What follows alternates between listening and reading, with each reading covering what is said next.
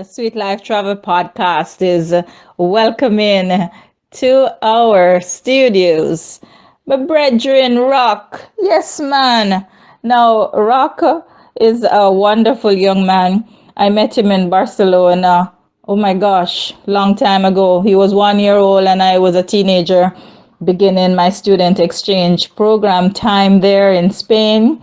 Met his mom, and fast forward 30 years later, Rock and I are in Jamaica. What can I tell you? Hey, Rock, how goes it? Hey Sharon, how you going? Yes, you always say we met when I was 1 year old, but I think you met me. I can't remember anything, but finally, I meet you this year in your country, lovely country. I can't wait to come back. Let me tell you. I tell you, Rock, it was really an exciting experience from the very start. Just to give our listeners a little bit of background, when I got to Spain, I think having lived with the family Campama, they really needed to communicate with me a little bit more. And even though I didn't understand what they were saying to me, they took me to meet a wonderful curly haired lady. And to my ultimate surprise, she spoke English. And so, can you imagine the relief when, for the first time in weeks, I was able to have a flowing conversation in English? Because upon arriving in Villanova, as a matter of fact, in Cañellas, I was the only black person for starters. I was the only foreigner, and being Jamaican, that just sweetened the whole pot. So I was able to speak with Lola and their husband, Sevedo, and they had the most cute, charming, wonderful little boy named Rock. Okay, fine, don't blush. Yeah, that was you then. And so Lula became a very, very important part of my first months there in Spain. And she turned out to be very, very warm, very accommodating. And before long, it became more than just her helping me out, communicating. And we became friends. And I'm very happy that over the years we have kept in touch. I came back for a visit. And by then you were a big boy, you're probably about 8. And I met Clara for the first time, Cutie Pie. I'll show you some pictures. I hope I can find them. I saw some pictures with both of you that we took right there in Villanova La Geltrú when I came back on my visit. So yes, I am very happy that you now remember me and you will not forget me. And more importantly, that we made the link up in a me country, in a me place. Doncs clar, molta satisfetch. Okay, that's my Catalan. Okay, Rock, you need to help me work on my Catalan because I still remember quite a bit, and if I hear it, I will understand it. But my spoken Catalan needs help. Claro, con el español es otra cosa, porque llevo muchos años utilizándolo en el trabajo, en mi vida normal. Pero el catalán me cuesta un poco, ¿sabes? Sí, Sharon, jo també estic molt contenta que haguem pogut tenir contacte ara en el teu bonic país. That's what you said before, like, we can link up together in your lovely country. You see it. Yes, Rock. And, you know, the Sweet Life Travel Podcast, we talk travel, and travel comes in so many different forms. As a travel designer, travel advisor for persons going all over the world, there are persons who think, oh, we just want to sit in an office and work out a trip and send you on your way. But little do they know that for me, for us at Share Fantastic Travels and Resorts Limited, travel is a passion.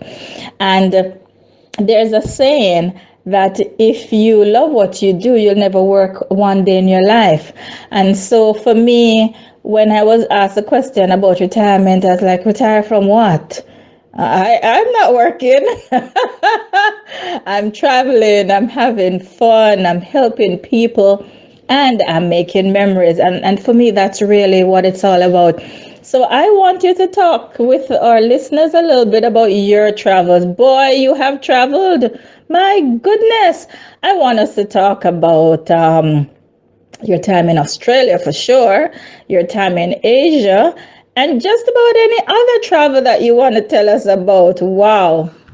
Yes, well, for me, traveling, as you said, is a passion, and I don't like to go places wherever I go just to see things. I like to leave for a while, like the people from where I go leaves, and like to try all the food I can from the place and try to make the same things they do, you know? Um, yeah, for me, no matter if it's far or near, if it's, yeah, I've been in Australia, I've been in Asia, I've been in places more close to my hometown in Spain. But no matter, for me, if I prefer the places where the people is more different from me, from my culture, then I can learn and experience more different stuff. It's simple as that. Yeah. And then if I can do it with less money, I can save more time. That's all. I hear that. And, I always have this one big question for everyone. And of course, you are no different. If you could pick out one thing that really stood out for you in Poland, where you went and did some studies, and in Thailand, I remember you're saying some stuff to us.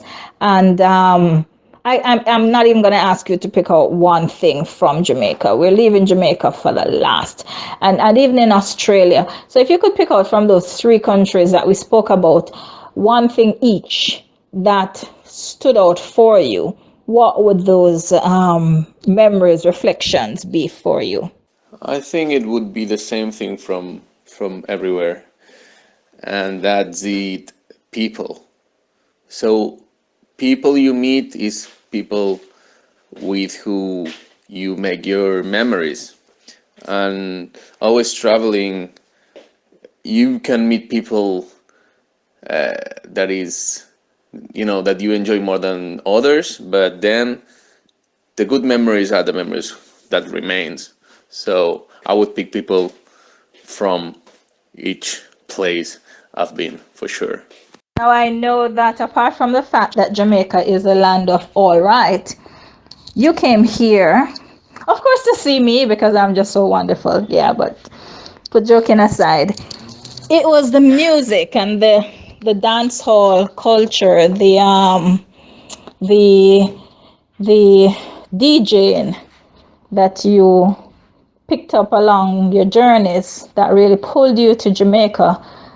Do you have anything to share on what that live experience was like? How was it different, if any at all, from the experiences you have had at other places before coming to Jamaica? You were now in the land of where it was created, where it all started. How was that for you? Yeah, of course, of course. That was the clue. What I wanted all my life to come to Jamaica. The music, reggae music and Jamaican music and dancehall and all that stuff. And what I wanted to discover is how it was in the origin land. Um,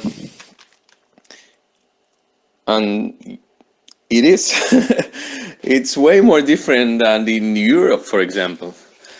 Parties are different. Uh, the style of the songs is different. How people speech on the mic is different. Um, how all the radio stations play that music all the time is different. Yeah, records are different. Yeah, and anything is a little bit different here in Jamaica.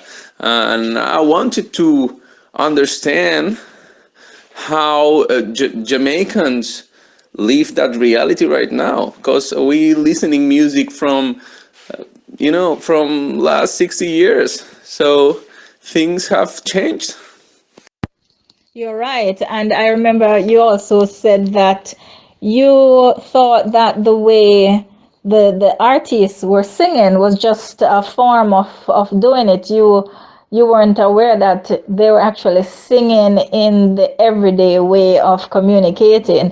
So that for us in Jamaica is a big deal. You know, Jamaica is a country of stories, and we tell stories in our song, and this is coming from our African heritage or African ancestry, where a lot of the culture, a lot of the life was passed through oral tradition. So I was very excited to watch you discover my Jamaica through your eyes. And, you know, I fully understand because when I went to Spain, the history books wrote a particular story of the Spaniards. And of course, that was way back when, before any of us were even thought of. And so, being in Spain and learning the Spanish way, it certainly presented a totally different picture of who Spaniards truly are. And even now, I'm able to see a lot of our Jamaican culture showing remnants of that time when Spaniards lived in Jamaica, and even the names of a lot of our places, you know, Ocho Rios, you know, Rio Bueno. So endless Spanish influences, endless types of food. Yes, we are seafaring people for the better part, and so fish is a big part of our diet, and I could go on and on and on.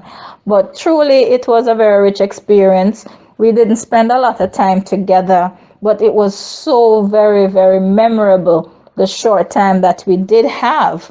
And I know we're going to do it again, both on this side and on that side, because there's so much to do, so much more of Spain for me to explore, and so much of Jamaica for you to dive into. But as we're about to close this podcast, Rock, is there anything else that you'd like to say to our listeners? Yeah, sure. I would add to the listeners, don't let nobody explain how a place is or how a place, people from a place live. Just discover yourself. Fine words to end on, Rock. And this has been Rich. Ha sido un placer estar contigo haciendo este podcast. Y para todos los que tienen el deseo de visitar Jamaica, sepan que aquí tienen contacto con una agencia extraordinaria que se puede coordinar cualquier tipo de excursión, cualquier clase de acomodaciones, cualquier cosa. Si quieren conocer nuestra isla de Jamaica, nuestra gente, la cultura y, claro, la comida, saben muy bien que aquí en Share Fantastic Travels and Resorts Limited, we've got it all covered. Ciao for now.